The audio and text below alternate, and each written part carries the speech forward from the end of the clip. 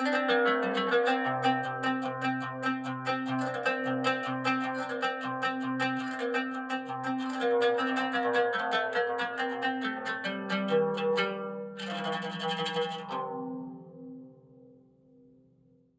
I recall it was 1998, and I was based in Geneva. I was the education officer for the Aga Khan Trust for Culture, and I remember that His Highness had come here to MIT to meet the president for some reason or another, unrelated to either ACPIA or Archnet. Charles Vest was the president at the time, and His Highness the Aga Khan came here to meet with Charles Vest, but because ACPIA was instituted in the School of Architecture and Planning, President Vest invited the Dean of the School of Architecture at the time, William Mitchell, to attend the meeting. And I remember distinctly that President Vest congratulated His Highness on, I don't know, 20 years of ACPIA and the accomplishments of the program. And His Highness took that compliment quite graciously, but he said, I have one regret. And that regret is that the scholarship, the knowledge, the resources that have been developed through the program are here in Cambridge. And where I really need it to be is in the Muslim world. And I'm not so sure that it's filtering out there. And then I remember the look on Bill Mitchell's face. He kind of lit up. And Bill Mitchell, I'm digressing a bit, but Bill Mitchell was in UCLA in 1968 and was actually involved in the early phases of ARPANET, forerunner to the internet. And so he was very keen on this technology. He understood it. He was at the forefront of thinking how this new technology at the time could transform cities and education and people's lives. He was optimistic about it, in fact, and wrote 2 or 3 books on the subject. Bill said, Your Highness, if getting the information out is your only issue, give me 6 months and I'll come back to you with the proposal. So Bill locked himself away and he thought about things that were happening here at MIT, including a kind of a new startup concept called Cognet. And Cognet was a community of scientists studying the brain. And MIT Press had built a site that tried to bring together their research, their knowledge, and form a community. This is pre-Facebook. So you had your profiles and you had bibliographies and you had various people sharing information in their research. And so Bill took Cognet, looked at it and said, can't we build something similar for an architectural community? We have rich content and resources developed both by ACPIA, but also by the Aga Khan Trust for Culture through the Aga Khan Award for Architecture and Historic Cities program. That content was not available anywhere else in the world. It was unique. It was rich. It had a strong knowledge base. It had a strong kind of editorial component to it. So very early on, we understood that Archnet could be an authority because we had unique information that was not available anywhere. And because we owned it, the model was quite unique in that at the time, you have to remember that there were large image databases being formed, but they were subscription-based. And our model was to give all this information out for free. And that still continues to be the case today. And that makes Archnet, I think, a really unique and interesting model to look at because we didn't try to monetize it. We just wanted to share it. That was the start of Archnet. In 1998 was the meeting. 1999, we actually launched the project in terms of beginning to fund it, beginning to build the backbone and the infrastructure of it, to design it. And that was all done in collaboration with Archnet office here that Bill Mitchell constituted with him as principal investigator, me at the Aga Khan Trust for Culture, and a PhD student of Bill's named Ann Beamish. This is actually interesting history. Bill Mitchell ran and was principal investigator, and he was very interested in building a community.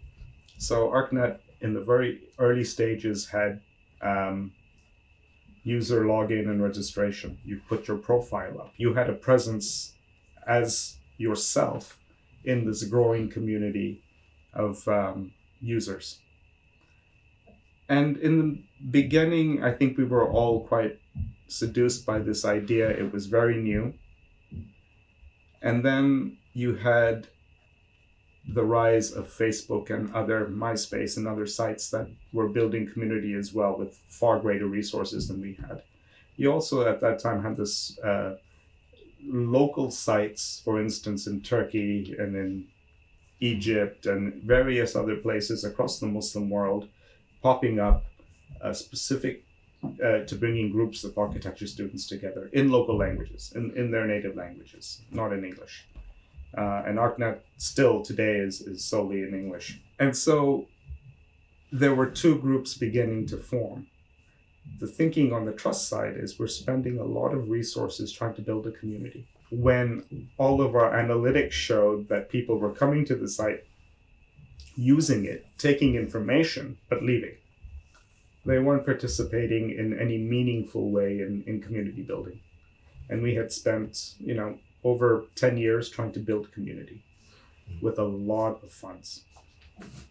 And then Bill Mitchell passed away. And so there was kind of two fields of thought, two trains of thought. One was continuing to build community. And one was, let's just build the digital library and use Archnet or build Archnet the way it's being used, not fight the current. Because the trust was the majority funder, in fact, the sole funder of Archnet, the opinion of the trust was that we should stop building community. It was just costing way too much and we couldn't devote that kind of resources year after year, so something had to give. And that's when there was a break with the team here at MIT. And at that time, Adele Santos was the dean at the School of Architecture and Planning. And she saw the value of Archnet. She saw that it was international outreach. It brought a good reputation to MIT. It filled a niche. It filled the mandate of what MIT was all about. And she understood that the digital library and the content there was something that brought a very strong reputation, not only to the Aga Khan program, but it could bring it to MIT, who hadn't taken advantage of it. So she suggested that it could be housed within MIT libraries, within the Aga Khan Documentation Center, and that made absolute sense to me. It also made sense because it allowed the Aga Khan Documentation Center endowments to help support Archnet through paying salaries of staff and research assistants, which the trust at that time was picking up all of that cost. And so we formed a brilliant partnership with AKDC and AKTC based on the libraries. And what we decided was the strength of Archnet lay not in building community. So we stripped away the logins, the registrations, the profiles, and what we focused on was the heart of Archnet, the digital library. The model we originally intentioned was open, free, wide. Now, if you were to say today, could you build a community around Archnet? You might be able to, because our library is growing. It's still unique. It's not available. Most of the things we have on our library aren't available anywhere else. And we have become the authority on the built environment Muslim societies. So could you build a community? You probably could. It would probably take a much greater infrastructure than we have right now and resources. But I think starting out with the notion of community perhaps wasn't the best use of resources. I think building the digital library was in fact the right way to go. And the saying, if you build it, they will come is absolutely true. And they keep coming. And I think we have done a lot to help the teaching of architecture, not Islamic architecture, but the teaching of architecture across the world. For the longest time, the Muslim world was marginalized in the knowledge and study of architecture, and I think we've made it more normative. Yeah, you have to recall, I was traveling in the Muslim world to schools of architecture in the early 90s. And at that time, most schools of architecture in the Muslim world do not have slide libraries. Now, if you go to any architecture school, at least in the West, architecture was taught through a visual medium. You were taught architecture through surveys of architecture and history of architecture, but through this medium of slides. And if you went to schools in the Muslim world where slide collections and slide libraries weren't present, what you had was old magazines. And I remember the magazines, they were cast-offs from Western universities, old. And so the students were looking at magazines from the 60s and 70s and somewhat going into the 80s. So kind of brutalism, modernism, and very kind of Kishin postmodernism was the norm. And that's what you saw being built. So to be able to get the resources to these schools was a very big deal, because the students then broke the grip of the professor. Now, this is interesting because the professors in these schools, the ones that had the ability to travel, had held all the authority because they had slide collections. And those professors didn't share those collections. They kept them like a dragon keeps a golden hoard. And so they held a lot of authority in these schools because they were the sole source of knowledge. And I think Archnet helped break that. It helped allow students to become better critical thinkers because it allowed them to read their own resources and look at the buildup of knowledge of the history of architecture from their own regions without having to go to one single person in the school. And I also remember going out to these schools and dealing with some of these professors and asking them, would you be willing to share this article or this book or your students' work? And the reaction we got in the early days was, no, we developed this is ours, and why would we want to share it? That notion of sharing knowledge just wasn't there because it gave you your authority and your power.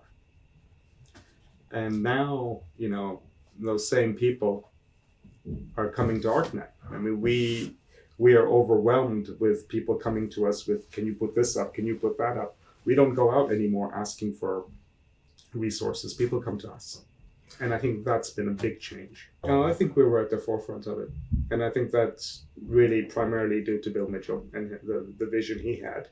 And His Highness for seeing that vision and saying, yes, we'll put immense resources into making this available because it's important that students in the Muslim world and teachers in the Muslim world have access to this knowledge that we've developed over many, many years. You have to recall that, in the 70s, when His Highness put together a steering committee, this is before the award and before ACPIA was formed, he went around the Muslim world, and that steering committee made up of really eminent thinkers, including Oleg Rabar and Bill Porter, Charles Correa. They looked broadly at the Muslim world, at building practices, building techniques, and schools of architecture. They found that there was, at that time, not one professor teaching architecture that was trained in that country. They were all trained from the West. Wow. And that, I think, set off alarm bells. Archnet grew out of the award that was meant to influence practitioners by providing examples of excellence.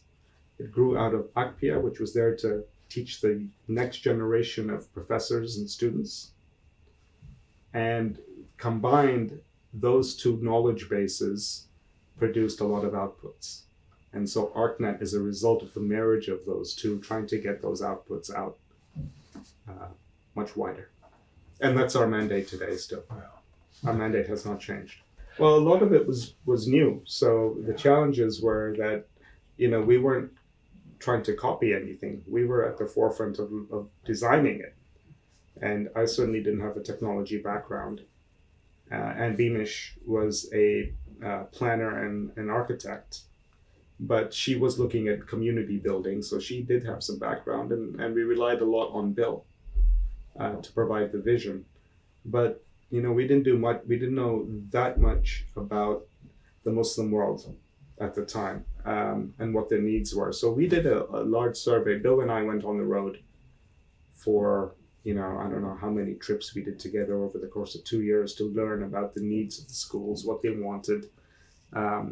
And how we can address those needs. So I think the challenge was really understanding who our audience was or were, and how to best get them the resources that they needed to be able to practice better, design better, and teach better. It took time to build, and it took word of mouth, and it took a lot of road trips going out. But we eventually, I remember when we hit 1,000 images on the site, and that was a big deal. And then I remember when we hit 10,000.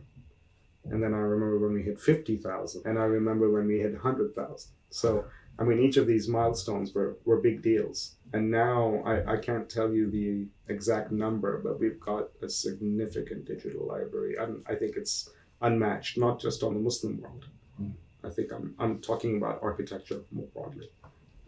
I think we have a resource that I'm certainly proud of, but that I think our users would also say has been extremely important in their education. Yeah, it was a big change in how you approach the site, the methodology, the infrastructure, the backbone of the site, which became the digital library. Before the site was fairly flat, everything was kind of given equal weight, from the group workspaces to the